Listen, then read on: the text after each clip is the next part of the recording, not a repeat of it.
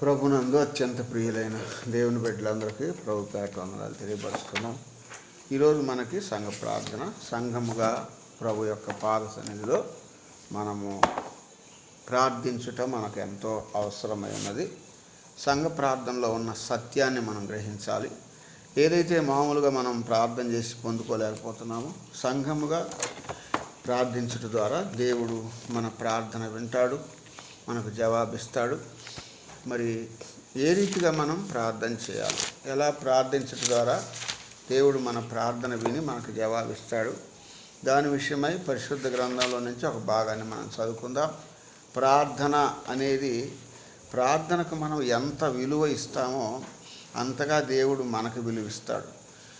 ప్రార్థన అంటే దేవునికి సమీపంగా వెళ్ళటమే ప్రార్థన. మనం సత్యాన్ని గుర్తించడంలో ప్రార్థన యొక్క విలువ దాగి ఉంటుంది. ఎప్పుడైతే మనం సత్యాన్ని గ్రహిస్తామో ప్రార్థనలో ఉన్న విలువను మనం గ్రహిస్తాం. ఒక చిన్న బిడ్డ యొక్క అవసరత తల్లిదండ్రులు ఎలాగ తీరుస్తారో అలాగే దేవుడు కూడా తన బిడ్డలకు ఏది కావాలో, ఏ అవసరతలో వాళ్ళు ఉన్నారో అది వాళ్ళకు అనుగ్రహిస్తాడు. కనుక మనకు ఏది ఖచ్చితంగా కావాలో దాని కొరకు దేవుని యొద్దకు కంపల్సరీగా వెళ్ళాలి. మనకు అవసరమైన దాని కొరకు దేవుని దగ్గరికి వెళ్ళినప్పుడు మన అవసరత దేవుడు తీరుస్తాడు. మన అవసరం తీరుస్తాడు, మన అక్కర తీరుస్తాడు, మన ప్రతి పరిస్థితి నుంచి కూడా మనకు విడుదల దయచేస్తాడు. మనం చేసే ప్రార్థన దేవుణ్ణి పట్టుకునేదిగా ఉండాలి, మనం పట్టుకోవటం కాదు. మన ప్రార్థన దేవుణ్ణి పట్టుకోవాలి. కనుక ఈ లోకంలో చాలామంది ప్రార్థనలు చేస్తున్నారు, కానీ ప్రార్థన అనేది దేవుణ్ణి పట్టుకోవటం లేదు. మనం పట్టుకుంటే కాదు,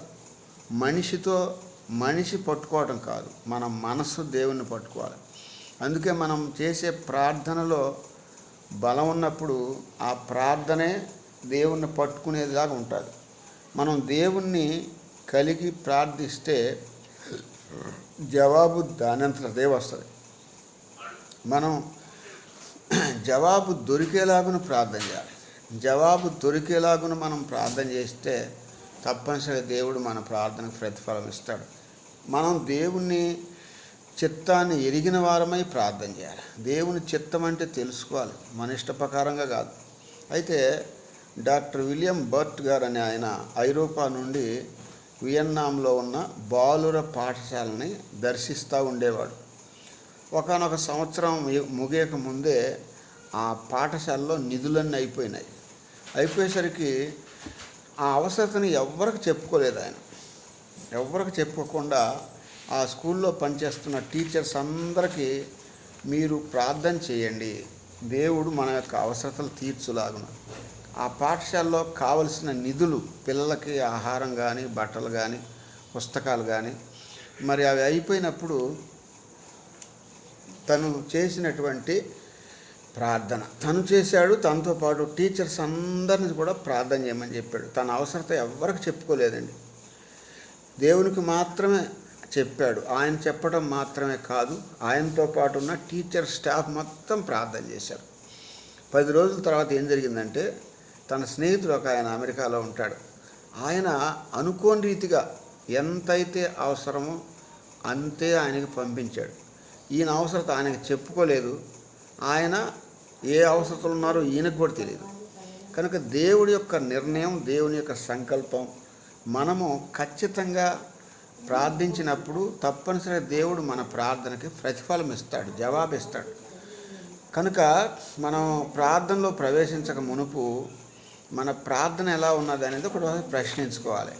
చూడండి, 2వ దినవృత్తాంతములు 17 అధ్యాయం 1 వచనం. 2వ దినవృత్తాంతములు 17 1. తరువాత అతనికి బదులుగా అతని కుమారుడైన యెహోషాపాతు రాజై ఇశ్రాయేలు తన మీదకి రాకుండా తన రాజ్యమును బలపరుచుకొనెను. కనుక ఇక్కడ యెహోషాపాతు చేసినటువంటి ప్రార్థన చూడండి, 3వ వచనం. యెహోవా అతనికి సహాయకుడై ఉండగా యెహోషాపాతు తన తండ్రి అయిన దావీదు ప్రారంభ దినముల్లో నడుచు మార్గమందు నడిచెను. యెహోషాపాతు అంటే అర్థం ఏంటంటే యెహోవా న్యాయాధిపతి అని అర్థం.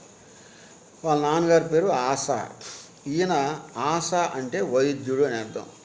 ఈయన యూదా రాజుల్లో గొప్పవాడు అనమాట యెహోషాపాతు. కనుక యెహోషాపాతు చేసిన ప్రార్థన, ఈరోజు మనం కూడా అలాంటి ప్రార్థన కలిగి ఉండాలి. చూడండి, 2 దినవృత్తాంతం 18:31 మనం గమనించినప్పుడు, 2 దినవృత్తాంతములు 18:31 మనం గమనిస్తే అక్కడ ఏం రాయబడి ఉందంటే, కాగా యెహోషాపాతు కనబడుటతోనే అతడు ఇశ్రాయేలు రాజు అని అనుకొని యుద్ధము చేయుటకు అతన్ని చుట్టుకొనిది. జరిగిన సందర్భం ఏంటంటే, యెహోషాపాతు చాలా మంచి వ్యక్తి, చాలా మంచి రాజు. అంత మంచి రాజు, మంచి సాక్ష్యం కలిగిన వాడు మరి ఆహాబుతో బియ్యం పొందాడు.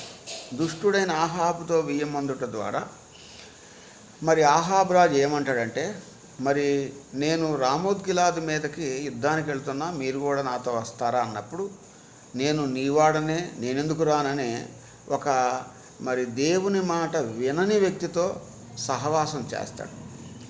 ఆహాబు రాజే, ఈయన కూడా రాజే, ఇద్దరు రాజులే. కానీ యెహోషాపాతుకున్న సాక్ష్యం గొప్ప సాక్ష్యం, ఆహాబుకున్న సాక్ష్యం మంచిది కాదు. ఎందుకంటే తన భార్యను బట్టి తన సాక్ష్యం అంతా కోల్పోయాడు. దేవుని దృష్టిలో తృణీకరించబడ్డాడు, త్రోసివేయబడ్డాడు, వ్యతిరేకించబడ్డాడు. అట్టి రాజుతో మరి మంచి సహవాసంలో ఉన్నటువంటి యెహోషాపాతు కలిసిపోతాడు. కనుక తన యొక్క మంచితనాన్ని పోగొట్టుకుంటాడు. సరే, ఇప్పుడు యుద్ధానికి రమ్మన్నప్పుడు యుద్ధానికి వెళ్ళక ముందు దేవుని దగ్గర విచారణ చేయాలి. సో 450 మంది ప్రవక్తలు ఆహాబు దగ్గర ఉంటారు. ఆహాబు ఏం చెబితే అదే చేసేవాడు అనమాట. అప్పుడు మరి యెహోషాపాతు రాదంటాడు, వీళ్ళు తప్ప నుంచి ఇంకెవరు లేరా మీ దగ్గరని. ఒక అతను ఉన్నాడు, కానీ అతను అంతా నా గురించి నెగిటివే చెబుతాడండి, అతనితో మనకేంది పని అంటాడు. ఆయన ఎప్పుడు నా గురించి నెగిటివే, అంటే నా గురించే చెబుతాడని చెప్తున్నాడు. అతన్ని పిలిపిస్తాడు. అతను పిలిచినప్పుడు మీకాయ అనేటువంటి ప్రవక్త, మీకాయ అనే ప్రవక్త మరి ఉన్నది ఉన్నట్టు చెప్తాడు. చెప్పేసరికి కోపం వచ్చేస్తాయి.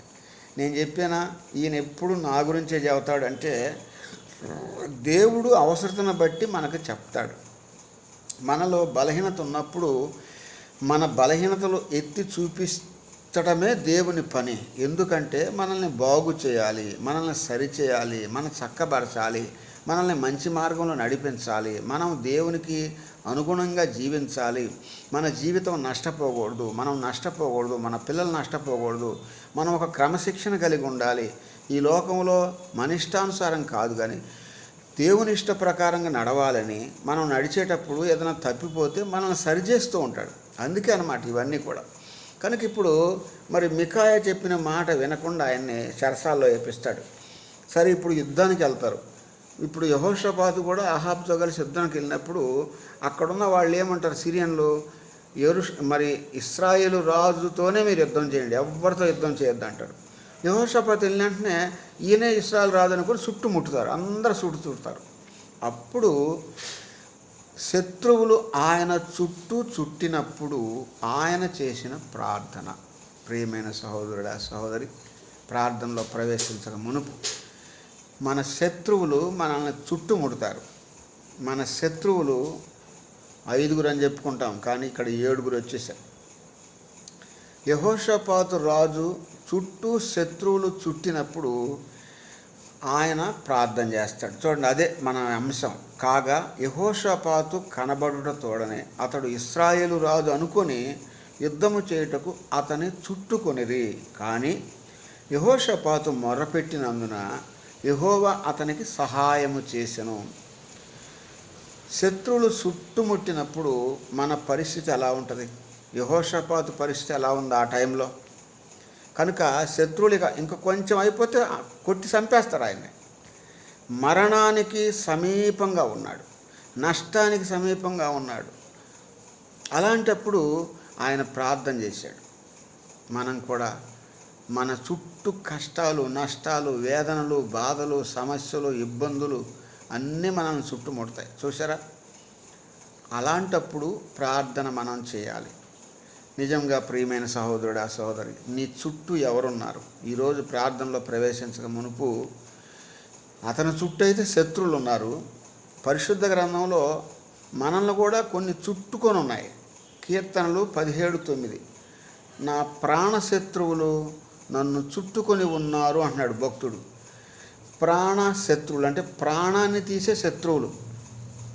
18 కీర్తన 4. మరణ పాశములు నన్ను చుట్టుకొని ఉన్నవి అంటాడు. మరణ పాశములు అంటే మరణాలు, మరణానికి మనం పాత్రులము.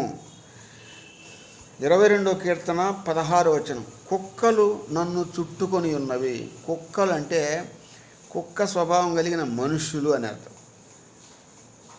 తింటారు, మళ్ళీ కక్కుతారు, మళ్ళీ కక్కింది తింటారు. కుక్క తన వాంతికి తిరిగినట్టు. కనుక దేవుని పిల్లలమని చెప్పుకుంటాం, కానీ చాలా పర్యాయాలు మనం ఇలాంటి స్థితి ఉంటాం. అందుకే కుక్కలు చుట్టుకోవటం అంటే ఇలాంటి మనుషులు కూడా మనల్ని చుట్టుకుంటారు. క్రమశిక్షణ లేని మనుషులు మనల్ని చుట్టుకుంటారు. అలాంటప్పుడు మనం దేవుణ్ణి ప్రార్థన చేయాలి. ఇంకా 22 కీర్తన 16 వచనం. దుర్మార్గులు నన్ను చుట్టుకొని ఉన్నారు. దుర్మార్గులు అంటే చెడు మార్గంలో నడిచేవాళ్ళు చుట్టుకున్నారు. 40 కీర్తన 12. లెక్కలేని అపాయములు నన్ను చుట్టుకొని ఉన్నాయి. పొద్దున్న లేచి మనం బయటికి వెళ్ళామంటే ఏ అపాయం మనల్ని చుట్టుకుంటుందో మనకు తెలియదు. లెక్కలేని అపాయాలు మనం చుట్టూ ఉన్నాయి, కానీ అపాయాలన్నిటి నుంచి దేవుడు మనం నడిపిస్తున్నాడు. ఇంకా 118 కీర్తన 10-11 వచనాలు. అన్యజనులందరూ నన్ను చుట్టుకున్నారు. యోనా పుస్తకం 2:3 వచనం. ప్రవాహములు నన్ను చుట్టుకొని ఉన్నవి అంటున్నాడు భక్తుడు. కనుక ఆ రోజు యెహోషాపాతు చుట్టూ శత్రువులు చుట్టుముట్టారు. ఇశ్రాయేలు రాజు ఈయనని. కానీ ఆయన నేను కాదు బాబు, నేను ఇశ్రాయేలు రాజును కాదు బాబు అని ఆయన ఆ చుట్టూ ఉన్న వారి మధ్యలో ఉండి ప్రార్థన చేశాం. మనం కూడా మన చుట్టూ ప్రాణశత్రువులు ఉన్నారు, మరణపాశాలు ఉన్నాయి, కుక్కలు ఉన్నాయి, కుక్క లాంటి మనుషులు ఉన్నారు, దుర్మార్గులు ఉన్నారు, లెక్కలేని అపాయాలు మన చుట్టూ ఉన్నాయి, అన్యజనులు ఉన్నారు, ప్రవాహాల్లాగా ఉన్నాయి. ఇవన్నీ మన చుట్టూ ఉన్నప్పుడు ఇప్పుడు ప్రస్తుతం అవి ఉన్నాయి. ప్రతి దేవుని పిల్లల చుట్టూ ఈ 7 రకాలైన పరిస్థితులు చుట్టుముడుతున్నాయి ప్రతిరోజు. అలాంటప్పుడు యెహోషాపాతు చేసిన ప్రార్థన, అందుకే 18:32. ఎట్లనగా రథాధిపతులు అతడు ఇశ్రాయేలు రాజు కాడని తెలుసుకొని అతని తరుముట మాని తిరిగిపోయిరి. కాగా యెహోషాపాతు కనబడుట తోడనే అతడు ఇశ్రాయేలు రాజు అనుకొని యుద్ధము చేయుటకు అతన్ని చుట్టుముట్టరు. ఈయనే ఇశ్రాయేలు రాజు అనుకున్నారు. అనుమానం వచ్చేసింది వాళ్ళకి, ఈయనే, కానీ ఆయన కాదు అని ఎప్పుడైతే ప్రార్థన చేశాడో దేవుడు వారి మనసు మారుస్తాడు. ఒక మనిషి మనసు మార్చాలంటే దేవుడే, మనుషుడు ఎవ్వరు మార్చలేడు. మనిషి మారుస్తాడు, మనసు మార్చాడు ఎవరు కూడా. ఏదో మనం ఆశ చూపిస్తే మనుషులు వస్తారు, కానీ మనసు మార్చటం దేవునికి మాత్రమే తగు. కాబట్టి యెహోషాపాతు శత్రువుల మధ్యలో ఉండి ప్రార్థన చేశాడు. ఆ ప్రార్థన ప్రభు విన్నాడు. కానీ యెహోషాపాతు మొరపెట్టినందున యెహోవా అతనికి సహాయం చేశాడు.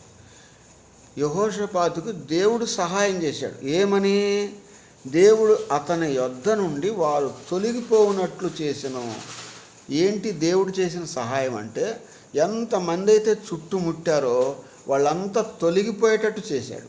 అది ప్రభు చేసిన సహాయం. కనుక వాళ్ళు తొలగిపోవాలి అంటే వాళ్ళ మనసులో ఇంకొకటి రావాలి. వాళ్ళు అనుకున్నది ఇశ్రాయేలు రాజు అని. కానీ యెహోషాపాతు ప్రార్థన చేసినప్పుడు వారి మనసును దేవుడు మార్చేశాడు. ఇతడు కాదు అని ఒక తీర్మానానికి వచ్చారు. ఎట్లనగా రథాధిపతులు ఇతడు ఇశ్రాయేలు రాజు కాడని తెలుసుకొని అతని తరుముట మాని తిరిగిపోయిరి. ఆయన చేసిన ప్రార్థనకి జవాబు దొరికింది.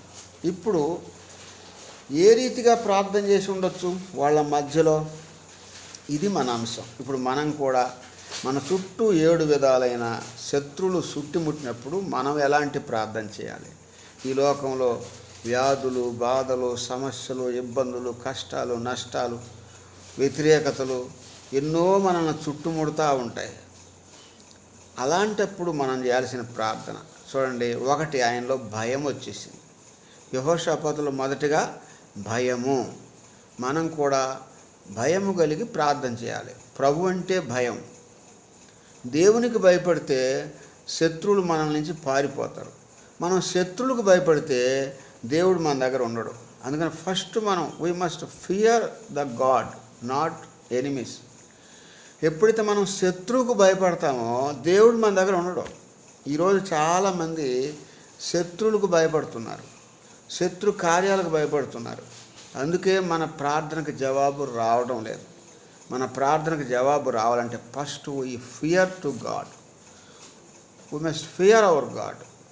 మన దేవుడు అంటే మనం భయం కలిగినప్పుడు తప్పనిసరిగా దేవుడు మనల్ని నడిపిస్తాడు. చూడండి, సామెతలు 14:16, జ్ఞానము గలవాడు భయము నుండి భయపడి కీడు నుండి తప్పించబడ్డాడు.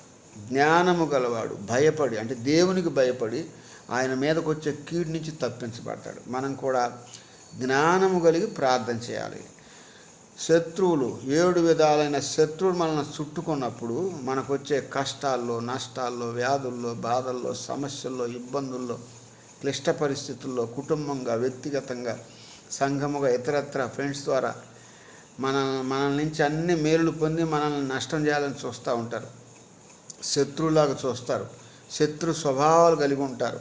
అలాంటప్పుడు మనం చేయాల్సిన ప్రార్థన ఏంటంటే జ్ఞానముతో కూడిన ప్రార్థన. జ్ఞానము గలవాడు భయపడి కీడు నుంచి తప్పించబడతాడు. ఎప్పుడైతే మనం దేవునికి భయపడతామో కీడు మన నుంచి పోతుంది, పారిపోతుంది. కీడులో మనం ఉండము, మనలో నుంచి కీడు బయటికి వెళ్ళిపోయింది.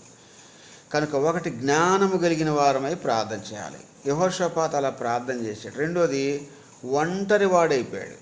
ఇంకా ఆయనతో ఎవ్వరు లేరు. అయితే ఒకటి గ్రహించాడు, నాతో నా ప్రభు ఉన్నాడు అని ప్రభువు చెప్పుకున్నాడు. మనం కూడా ఒంటరిగా ప్రార్థన చేయాలి.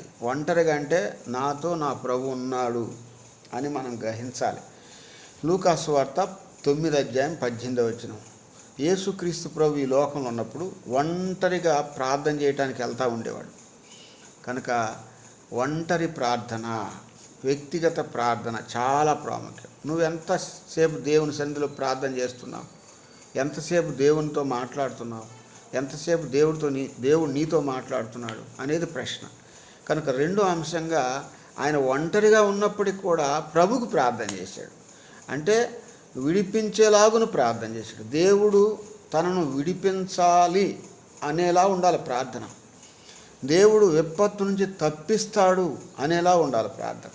యెహోషాపాతుకున్న పరిస్థితుల్లో ఒంటరివాడే కానీ ప్రభు నాతో ఉన్నాడని ప్రార్థన చేశాడు. ఈరోజు మనం చేసే ప్రార్థనలకు జవాబు రావటం లేదు అని అనుకుంటున్నాం. కాకపోతే మనం నాతో ప్రభు ఉన్నాడని ఎప్పుడన్నా ప్రార్థన చేసావా?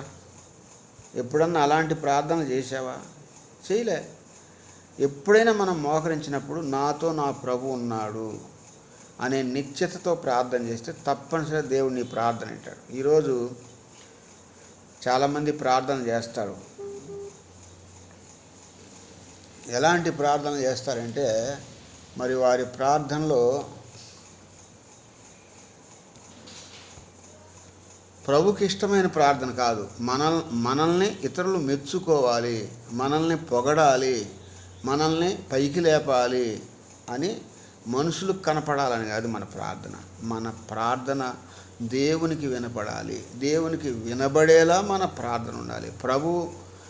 ప్రభు తీసుకునేలా మన ప్రార్థన ఉండాలి. ప్రభు మనకు సహాయం చేసేలా ఉండాలి మన ప్రార్థన. కనుక ఒంటరివాడు నేను కాదు, ఒంటరివాడిని కాదు, నాతో నా ప్రభు ఉన్నాడని గ్రహించాడు. మూడోది, నిస్సహాయుడు, ఇక సహాయం లేదనుకున్నప్పుడు ప్రార్థన చేశాడు. నాకు నా సహాయం నా ప్రభువే అనుకున్నాడు. అందుకే మనం కూడా నాకెవ్వరు సహాయం చేయటం లేదు, నాకెవ్వరు లేరు అనుకుంటాం. కానీ నీకు సహాయం చేయటానికి దేవుడు ఎవరినో ఒకరు నిర్ణయిస్తాడు. కాబట్టి ఆ నిర్ణయించిన వ్యక్తిని మనం గౌరవించాలి, రెస్పెక్ట్ చేయాలి. మన ఇష్ట ప్రకారంగా మనం జీవించకూడదండి. మనకి సహాయకులను దేవుడు ఇచ్చినప్పుడు వాళ్ళని ఎంత రెస్పెక్ట్ చేస్తే అంత మన ప్రార్థన దేవుడు విని మనకు ఇవ్వాల్సినవన్నీ ఇస్తాడు. ఈరోజు మన ప్రార్థనకి జవాబులు రావటం లేదంటే మనకు ఎంతోమంది సహాయకులు దేవుడు ఇచ్చినప్పటికీ మనం ఆ సహాయకుల్ని మన ఇష్ట ప్రకారంగా చేస్తున్నాం కనుక మనం పొందుకోలేకపోతున్నాం. అందుకే యేసుక్రీస్తు ప్రభువు వారే మనకు నిజమైన సహాయకుడు. ఆయన ద్వారా మనకి అనేక మందిని దేవుడు ఇస్తాడు. కనుక సహాయకుడు అని గ్రహించాడు. నమ్ముకొనదగిన సహాయకుడని మరి యెహోషాపాతు రాజు గ్రహించాడు. చూడండి 121 కీర్తన 2వ వచనం, యెహోవా వలనే నాకు సహాయం, ఈ ప్రపంచంలో ఎవ్వరు నాకు సహాయం చేయలేదు. మనుషులు సహాయం వ్యర్థం. మనుషులు అంటారు, ఇదిగో రేపు సహాయం చేస్తా, ఎల్లుండి సహాయం చేస్తా, రేపు లేదు ఎల్లుండి లేదు, వాళ్ళ ఇష్టమేగా. కానీ దేవుడు ఒక మాట చెప్పాడంటే తప్పనిసరిగా నెరవేరుస్తాడు. మనుష్యుడు మాట ఇచ్చి తప్పుతాడు, కానీ దేవుని మాట తప్పుటకు దేవుడు నరుడు కాడు, మనుషుడు కాడు. ఆయన మాట ఇచ్చి 1000 తరాల దాకా స్థిరపరుస్తాడు. అంత గొప్ప దేవుణ్ణి మనం కలిగి ఉన్నాం. కనుక ఏ మాట అయితే నీకు చెప్పాడో అది నీ పక్షంగా చేయాలంటే నీవు ఆయన సహాయాన్ని కోరుకోవాలి. ఆయన నీకిచ్చిన సహాయకులను నువ్వు ప్రేమించాలి, గౌరవించాలి. అప్పుడే దేవుడు మన ప్రార్థన వింటాడు. యెహోషాపాతు రాజు జీవితంలో దేవుని యొక్క సహాయాన్ని కోరుకున్నాడు. 4వది, విడుదల కొరకు ప్రార్థన చేశాడు. విడుదల, శత్రువుల మధ్యలో కట్టబడ్డాడు. అలాంటప్పుడు ఆయన చేసిన ప్రార్థన, ప్రభువా నన్ను విడిపించు నాయన. చూడండి 22వ కీర్తన 5వ వచనం, నీకు మొరపెట్టి విడుదల నొందిరి అంటాడు. కనుక ఎంతోమంది దేవునికి మొరపెట్టుట ద్వారా ఆ మొర కూడా విడిపించేలాగా ఉండాలి. మనం చేసే ప్రతి మొర దేవుడు మనల్ని విడిపించేదిలాగా ఉండాలి. అలాంటి మొర, అలాంటి ప్రార్థన మనం చేయాలి. కనుక యెహోషాపాతు రాజు విడుదల కొరకు ప్రార్థన చేశాడు. మనం కూడా మొరపెట్టి ఏ పరిస్థితుల్లో మనం కూరుకుపోయి ఉన్నామో దాని నుంచి మనం విడిపించబడాలి. మన పరిస్థితి అన్నీ దేవునికి తెలుసు. కానీ వాళ్ళు ఏమనుకుంటారో వీళ్ళు ఏమనుకుంటారని నీ జీవితాన్ని, మన జీవితాన్ని నష్టం చేసుకోకూడదు. మనం ఎప్పుడైతే యథార్థంగా ఖచ్చితంగా ఉంటామో ఎదుటి వాళ్ళు కూడా మనకి ఖచ్చితంగా ఉంటారు. ఎప్పుడైతే మనం వాళ్ళకి మనం దాసులం అయిపోయి వాళ్ళకు లోబడిపోతామో వాళ్ళ చెయ్యి మన మీద ఉంటుంది, దేవుని చెయ్యి ఉండదు మన మీద. అందుకని ఎవరు ఏ రీతిగా ఉన్నా నా దేవుడు నాకు సహాయకుడు, నా పని కావాలి, నేను ఇతరుల పని కాదు, నా పని ఫస్ట్ దేవుడు నాకు చేయాలి అన్నప్పుడు తప్పనిసరిగా దేవుడు మనకు సహాయకుడుగా ఉంటాడు. అందుకు ఆయన నమ్ముకొనదగిన సహాయకుడు, విడిపించేవాడు. తర్వాత రక్షణ కొరకు ప్రార్థన చేశాడు. చూడండి 85వ కీర్తన 9వ వచనం, ఆయన రక్షణ ఆయనకు భయపడు వారికి సమీపంగా ఉంది. ఇప్పుడు యెహోషాపాతు దేవునికి భయపడ్డాడు కాబట్టి దేవుడు శీఘ్రమే రక్షణ కలిగించాడు. మనకు కూడా ఎన్నో పరిస్థితుల్లో మనం ఉంటాం, మనల్ని రక్షించే వాళ్ళు ఈ ప్రపంచంలో లేరు. అనేవాళ్ళు ఉంటారు, అవసరతను బట్టి వచ్చి పోతూ ఉంటారు, కానీ మనల్ని రక్షించేది మన ప్రభువే. అందుకనే నా రక్షకుడు నా ప్రభు అని గ్రహించాడు. కనుక రక్షణ కొరకు ప్రార్థన చేశాడు. 6వది క్షేమము కొరకు, క్షేమం, ప్రభువా నాకు క్షేమం కావాలన్నాడు. కీర్తన 116:7, నా ప్రాణమా యెహోవా నీకు క్షేమము విస్తరించునుగాక. ప్రభు దగ్గరే క్షేమము, అయ్యా నాకు క్షేమాన్ని కలుగుచేయి. మరి వెల్ఫేర్ కొరకు ప్రార్థన చేశాడు.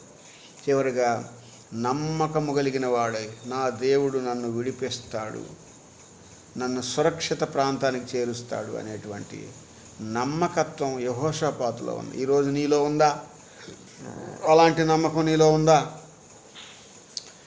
ఉన్నట్లయితే ప్రార్థన చేద్దాం. చూడండి సామెతలు 29:25, యెహోవా యందు నమ్మిక ఉంచువాడు సురక్షితముగా ఉండును.